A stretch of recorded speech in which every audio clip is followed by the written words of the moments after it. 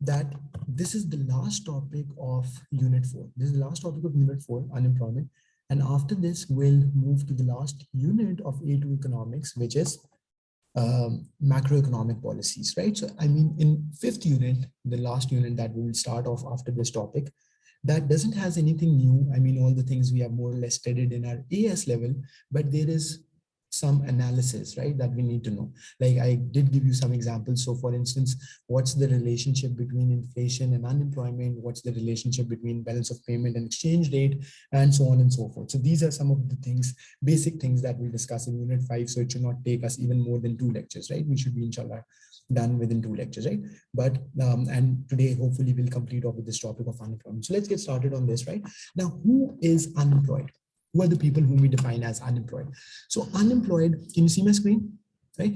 So unemployed, just a second, can you see my screen or not? Yeah, I think you can. Okay, so unemployed refers to people who are eligible and able to work, right? So firstly, they are eligible, they qualify to work, right? And they're able to work, which means that they're physically and mentally sound, they don't have any problem, and they're actively looking for work, but they cannot find work, right? So that's what unemployment is. Now, quick recap of what we did yesterday. We divided the entire population of country in different categories, right? So if I have to show you quickly, right, what was that? So you have a country's population. So what you do is, first of all, you divide it in 3 groups, right? 3 segments, groups, whatever you want to call that, right? So one group is of minor, the other group is of working age population. So one group is of minors who are below the age of 18, right? And obviously these are the people, these kids or children are not allowed to work. They're not eligible to work, as we say, right? So 0 to 18 years of age. Then in the middle, you have working age population. So these are all the people who are eligible to work, right? So they are between the ages of 18 to 60, working age population, right? Between ages of 18 to 60. And then you have the third category, which is of senior citizens who are above the age of 60, right? So retired individuals or senior citizens who are over the age of 60, right? Okay. Above 60 years of age. Okay. Now within working age population, we divided working age population in 2 further categories, right? What were those 2 categories? One is labor force. So these are the people who are willing to work, right? So they are the people who are willing to work, right? And then not in labor force are the people who are not willing to work, right? For whatever reasons, right? So this determines the willingness, right? Labor force, and not in labor force. So not in labor force will include people like who are above age of 18, but they don't want to work. For instance, they are undertaking higher education, like they are in universities or colleges, right? Or let's say some people prefer to stay at home and not work. So they are also not part of the labor force, and so on and so forth, right? Okay, now those who are willing to work are obviously part of the labor force. Now within labor force, you have 2 further categories, right?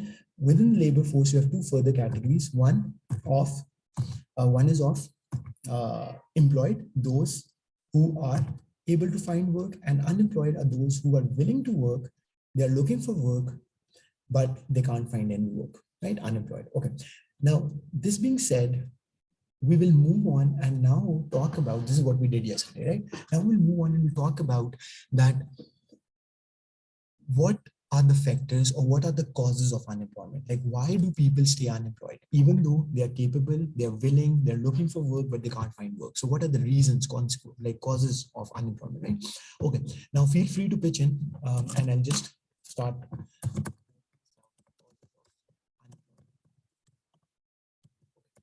People could be unemployed for various reasons, and we'll try to discuss all these in you know in this class, right? Okay, now the first one, which is very much these days, is structural unemployment. So sometimes we also call it technological unemployment. It's actually people, the skills of employees or people become outdated, right? So the way, given how fast technology is evolving and changing and all these things, right? So a lot of things are becoming outdated, right? And whatever skills someone possesses, right? So those might not be very relevant in the new type of economy or with the new structure of an economy, right? So that's why it's called structural unemployment, right? So simple example of this could be back in the day before computers and laptops and all that, companies used to have typewriters, right? Now typewriters obviously used to have a lot of jobs because whoever needed to document something, right? They needed a typewriter. But now that's an outdated technology. No one uses that, right? So if that person doesn't know how to operate a computer, or that person did not update, his or her skill set, then that person becomes unemployed due to structural unemployment, right? Same goes for the word technological unemployment. So simple example of that would be back in the day, there was more production that used to happen manually, right? Like you can think of any example, any product that used to be made manually, but now that has been changed with machines and all this capital intensive production, right? So people who lose their jobs or become laid off, they are being laid off by their companies. They are defined as to be structurally unemployed or technologically unemployed, right? Okay, now let's write down the definition.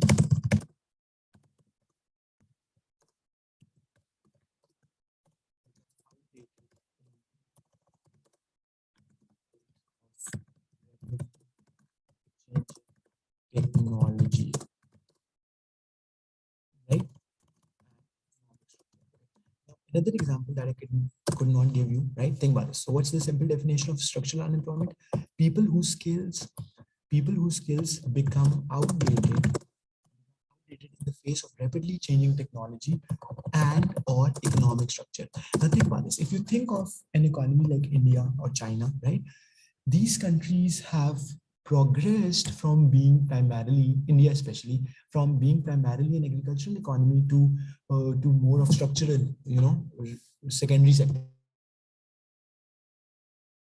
So they have changed from being primarily an agriculture-based economy to more production-oriented, and more secondary sector has, increased over time. And India and China have now or recently have also moved towards tertiary sector. So you would remember from your O-levels economics that there are three sectors of an economy primarily. Primary sector, which deals with, agricultural goods or natural resources, that's primary sector. Then you have secondary sector, or which we also call manufacturing sector, that is about manufacturing of goods and services. And then you have tertiary sector, which is about services. Now if you look at India, a big chunk of their GDP is coming from the IT services and the IT companies and all that, right? So these are all services based businesses. So if if you think about it, right, now in India there are lesser jobs related to sectors like agriculture or farming or mining of raw material and things like that.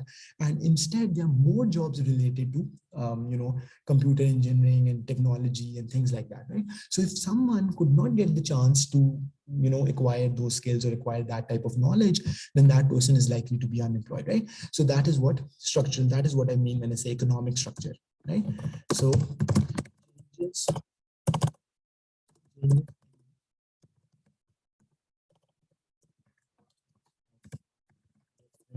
sectors,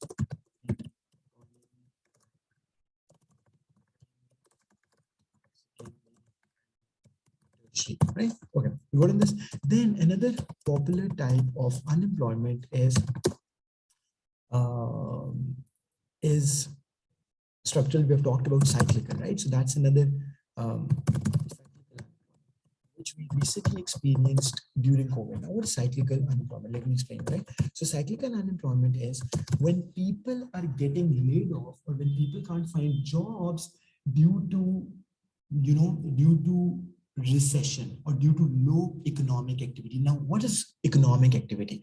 Economic activity, as we know, we talked about GDP in detail and all that, right? So how many goods, what is the level of economic output, right? So how many goods and services are being produced in a country during certain time period? That's how we measure economic activity in a country. So when GDP is increasing, there's positive growth. That means that this year compared to last year, there was more output being produced and all that, right? So obviously when businesses are expanding, they need more people, they need more employees, they want to hire more people. So that means more jobs and more employment. On the other hand, when COVID hit, or due to other reasons as well, when there is low economic activity, right? So when there is recession, as we say, recession is low period of low economic activity, then in that time there are fewer jobs because businesses are laying off people, right? So from your business class, you might remember this very simple graph that explains how the economic activity of an economy, fluctuates over time, right? So on the y-axis, you have GDP, right, which is basically measure of how much, how much quantity of goods and how much value of goods and services are being produced in a country. And on the x-axis, you have time. Now, the way this graph looks like, this is known as, by the way, business cycle. So business cycle is a very simple graph that shows how the economic activity of a country fluctuates over time, right? Business cycle. Now, the way this graph looks like is something like this, right? So this is how it goes, right? So even though the overall trend is upward sloping, even though if you look at the overall trend, GDP of a country is increasing, but it's not a constant increase. It's not a constant increase like this straight line, right? So if the growth of an economy would have been like this, so you can call it constant, or, stable growth, or persistent, right? Right? Constant growth, right? But since it is not like that, and instead there are fluctuations, right? So this is how the actual growth of a country looks like, right? It's upward sloping, but it has fluctuations. So this up period where, economic activity is high, this is known as boom. Then when it's going down, this is known as recession. When it has hit the lowest part, it is known as depression or slump, right? And so on and so forth. So these are different phases of economic, economic cycle or business cycle, as we say, right? So this lowest part is known as depression, depression or slump, right? Depression or slump. And then when it starts to pick up again, it's known as recovery. So this part is known as recovery, right? We good on this? Okay. Now this being said, recovery. Okay. Now this being said, coming back to the idea that what is cyclical unemployment? So cyclical unemployment is when economic activity is low due to could be due to different reasons. Recently, it happened because of the fact that there was a pandemic. It's still going on, in fact, right? So there's a pandemic, and there was a complete lockdown in all the countries. People were not allowed to go out or to have usual activities as they used to have. Cinemas were closed, movie theaters were closed, parks, restaurants, all these things were closed, so people were not consuming a lot and all that stuff, right? So therefore businesses had to lay off people. They had to make people redundant, or lay off, downsizing. These are different terms that we use, because they were not selling anything. So think of a restaurant who's not selling anything, then why would they want to retain all of their labor, which is obviously costly for them because they require salaries and all that, right?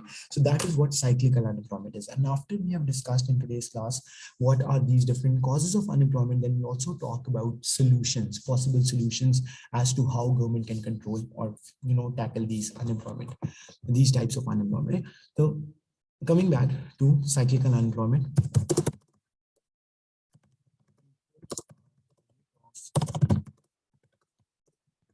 low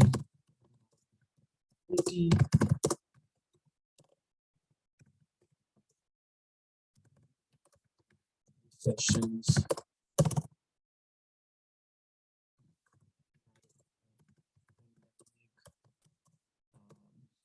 war,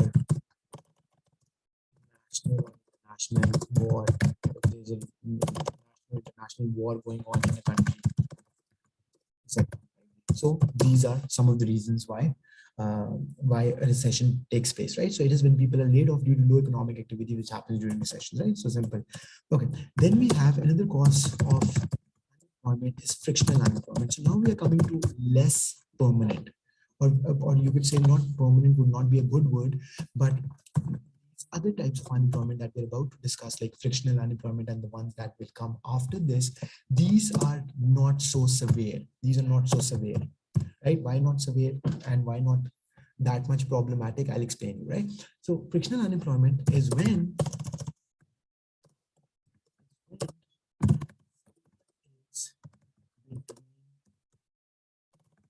switching a job, right? Now think about this. What happens that when people decide to switch their job from one sector or one organization to another sector or to another organization, they it takes them some time to switch, right? And that period is known as frictional unemployment. So during those 1 or 2 months when someone is unemployed, that would be frictional unemployment, right? For instance, usually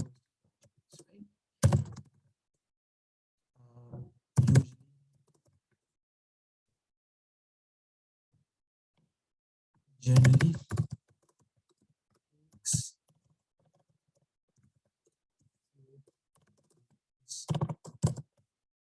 for fresh university graduates to find jobs, and therefore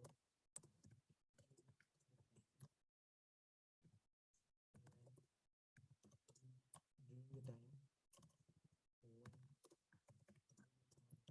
looking for work found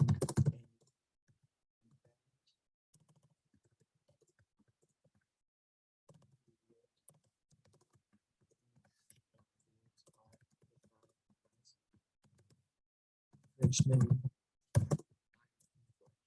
Is it making sense? Okay. Now, what is frictional unemployment? As I said, so frictional unemployment is when you know it takes you some time to find work, right? So between periods of usual so like when you're in between of switching jobs, right?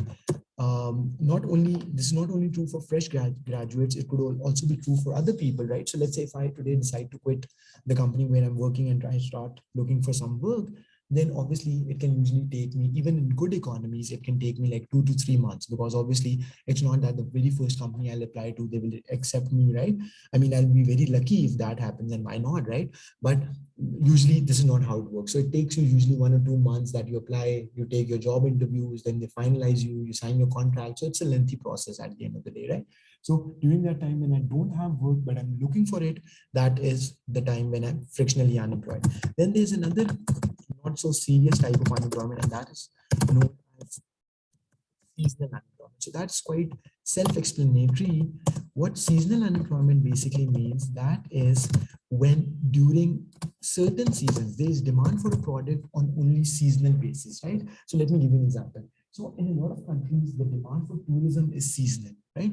I'm sure this would be the case in India as well, that a lot of tourist destinations are not accessible during extreme winters or during extreme summers, right? Or perhaps people, even if they are accessible, people don't want to visit those places because it's too hot or it's too cold, right? So the idea is, similarly, there could be other things, other industries where the demand is seasonal, like I don't know, for instance, agriculture sector. So perhaps there is one area where you can't grow crops or agriculture throughout the year, and it's only certain seasons of the year when you have economic activity going on, right? So that type of unemployment is known as seasonal unemployment.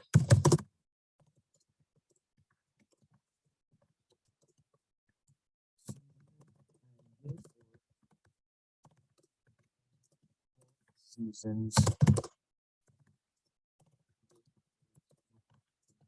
for got it? Okay, so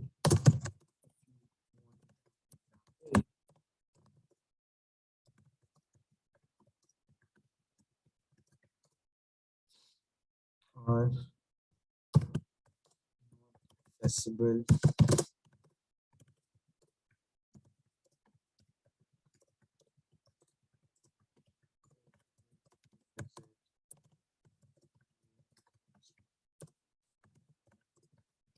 summer seasons for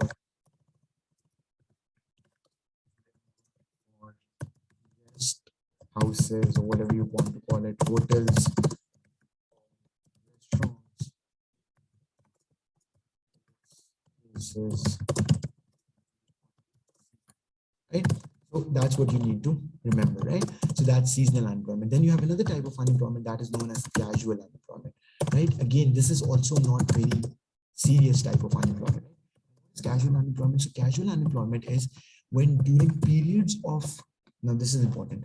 What is casual unemployment? So casual unemployment is when during periods of regular employment, right? When during periods of regular employment, people have some periods of unemployment. How so? Let me tell you, right? Now, if you think of, occupations like, if you think of occupations like, uh, celebrities, media industries, right? Singers or artists, or singers or actors and so on, right? So not throughout the year, yeah, they have some type of project going on. Some actors or some celebrities might be very lucky, and they might have something going on for throughout the year, but generally it's not like that. So during the time when that actor or when that singer doesn't have any project to work on, no concert to attend, no movie, or I don't know, play or season to work in or acting, right? Then those periods they are technically unemployed. And same goes for even sports celebrities, right? So some are getting salaries from the government, but some occupations, some professions, some sports, it's not like that. So you are only getting paid when you are participating in an event or things like that, right? So in that case, it's known as casual unemployment, right? So casual unemployment happens in slash where certain is not fixed, not same. Right? What do I mean by constant? Same. So it's not same through. When that happens, that is known as casual unemployment. For instance,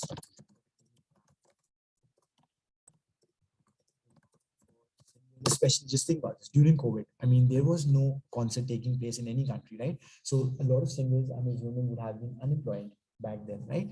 Um,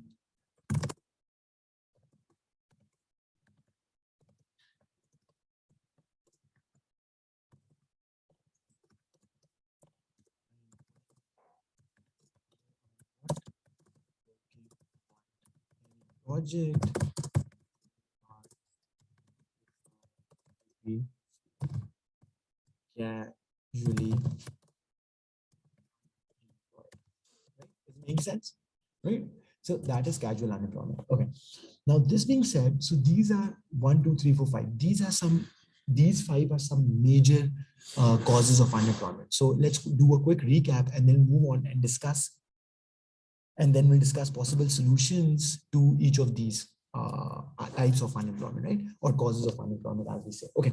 Then the first one is structural unemployment. So structural unemployment happens, or technological unemployment, as we say, when there is a structural change in the economy. So if previously things used to happen, if things used to happen through,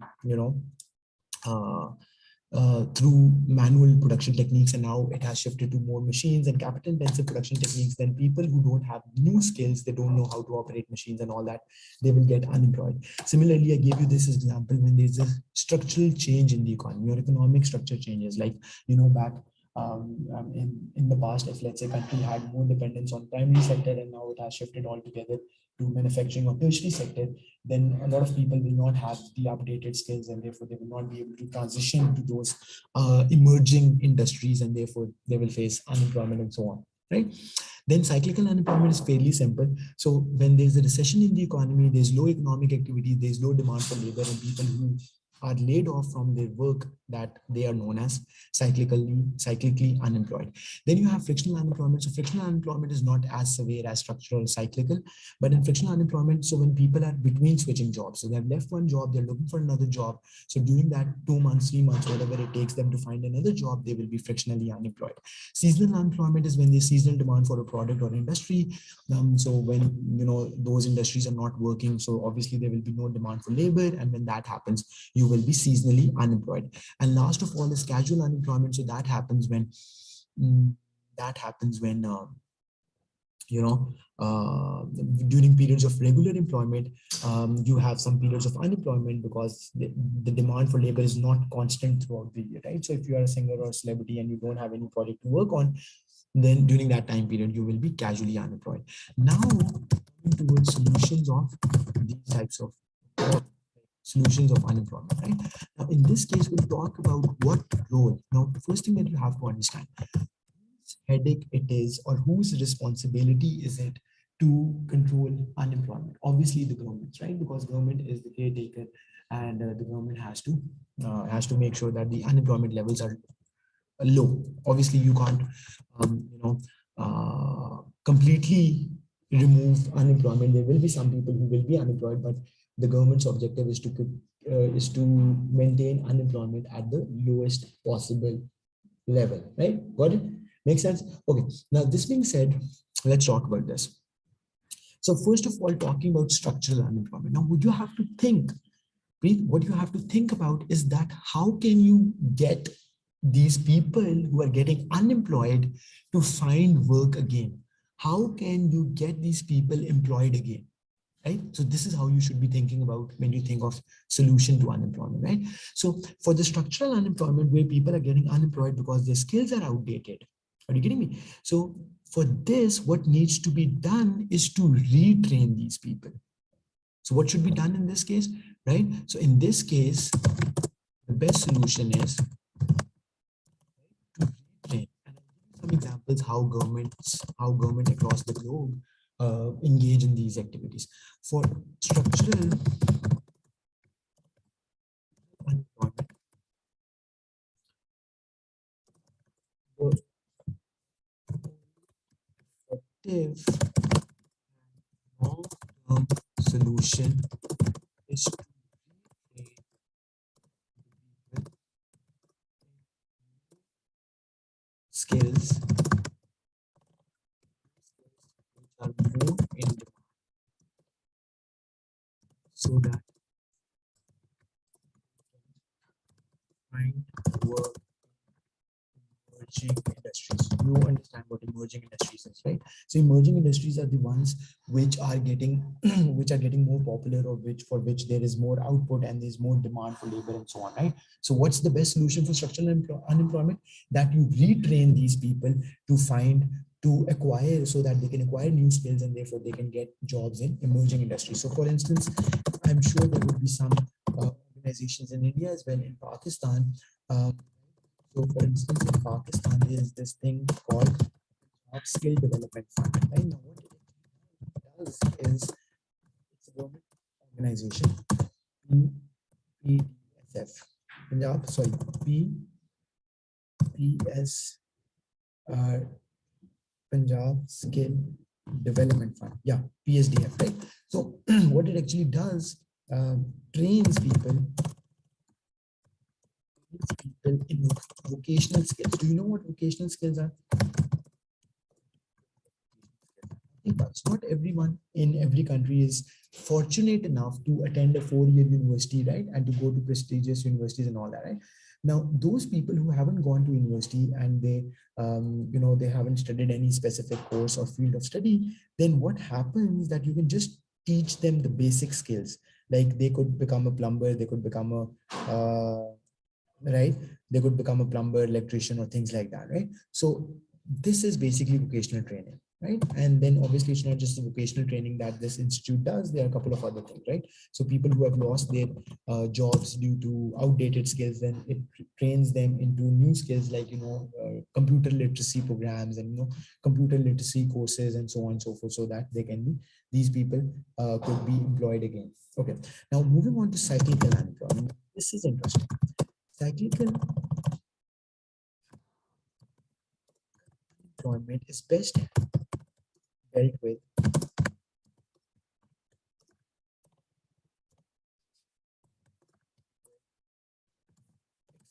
expansionary. Do you remember we talked about fiscal and monetary policy in our AS level? And if you know, uh, if you don't remember for sure, then I can explain you again, right? So think about this. So the idea is that what happens, cyclical unemployment is when people are getting out of work due to low economic activities. Now, COVID, or this recent pandemic was a very extreme case where cyclical unemployment was taking place, because like technically all industries in the world were being affected, right? All industries in an economy were being affected. Like restaurants were not open, schools were closed down, and all these different things, right? But otherwise, usually recession happens, it only hits few industries, right? Not all industries across the economy, right? So coming back to the point, what government can do in this case is to adopt expansionary fiscal and monetary policy. And in fact, fiscal and monetary policy is what we'll talk about in the next unit. As I was telling you, that fifth unit is about policy, macroeconomic policy, right? So what is macroeconomic? Macroeconomic is something that relates with entire country, not just one sector, one industry. It relates with entire country, entire economy, right? Now, coming back to the point, so what is expansionary? So expansionary, the word expansionary in itself means we want to expand the size of the economy. It is about the size of the economy by taxes and increasing government spending. So what is fiscal policy? So fiscal policy is about taxes and government spending. So when government wants to adopt expansionary policy, what it will do is that it will reduce taxes so that people have more incomes and they can, they have more incomes and they can spend more. And government will also want to increase its spending so that, there are more jobs created and all that, right? Easy, we got on this. So that is how you deal with cyclical unemployment. Then comes in frictional unemployment. So for frictional unemployment, nothing, as I said, it's not a very serious problem, but still it's a problem because there is some unemployment taking place because of frictional reasons, right? Now, what the government can do is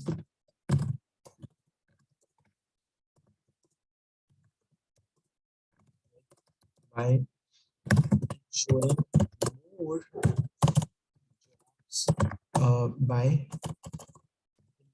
the information gap to jobs. Okay, now let's talk about this. Frictional unemployment can be best dealt with by eliminating the information gap related to jobs. Now think about this. A lot of times people are frictionally unemployed because it takes them some time to find the right type of work and to, apply for that job and to get that job and all that stuff, right? Right. So the idea is, what role can government play in this, right? So if nowadays, obviously, private sector itself is doing a couple of different things to eliminate the information gap, but what used to happen back in the day, you might have heard about it. There used to be job centers in developed countries. There used to be government organization or offices which are known as job centers. So what happens with the job center? That if I'm looking for work, I'll go to job center, I'll get myself registered and all that, right? And they'll ask me, okay, what's my qualification and what do I do and all that stuff. And then they'll try to put me in contact with potential companies who are looking for people, right?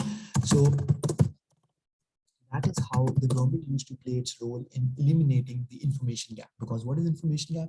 There are companies who wish to hire people, and there are people like me who, or any individual who wants to find work, but they could not connect with each other. But obviously nowadays things have changed a lot. Now you have LinkedIn, now you have a couple of different job application websites and platforms, which has kind of removed this challenge, right? Which previously was a serious one, right? So back in the day,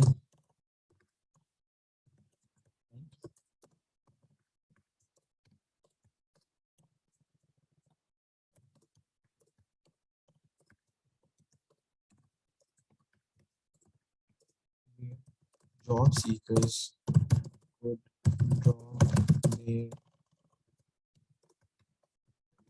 resumes. You must have heard these terms, resumes or CVs, to be connected.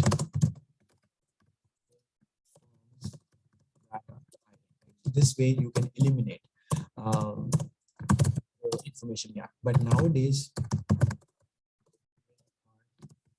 couple of platforms like LinkedIn, etc.,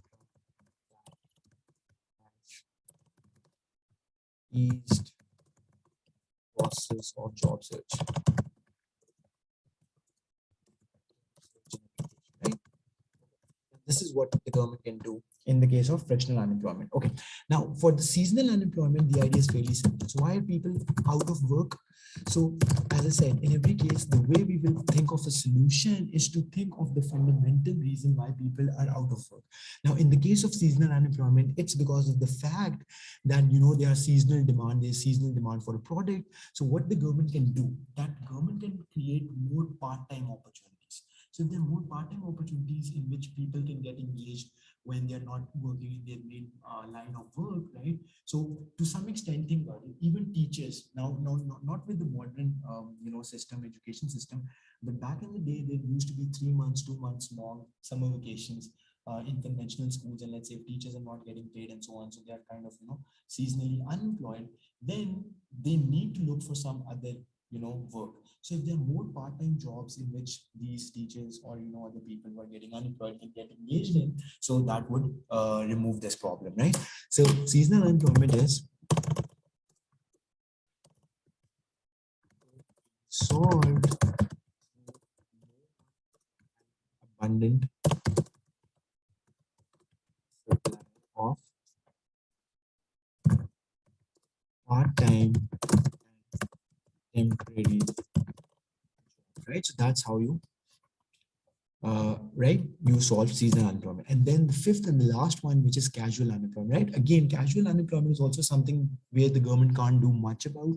And also, as I said earlier, that it's not a very serious cause of, it's not a very major or serious or severe cause of unemployment, right? So the only thing that the government can do in case of casual unemployment, just like seasonal unemployment, is to just create more information and more part-time opportunities. So people, let's say an actor or a sports celebrity or I don't know, a singer who doesn't has work at a certain point in time could, just get that thing done, right? Are you getting me? Okay, so just give me a second.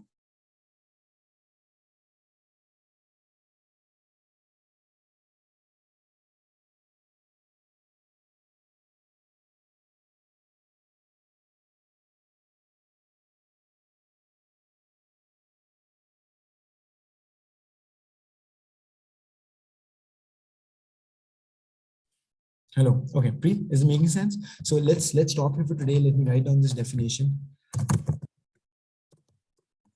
So similar to frictional and seasonal unemployment,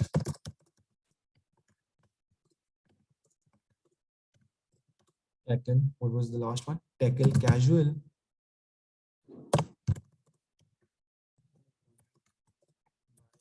creating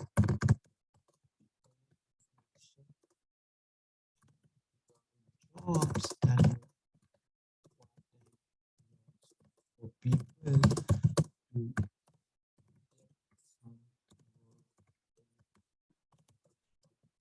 otherwise.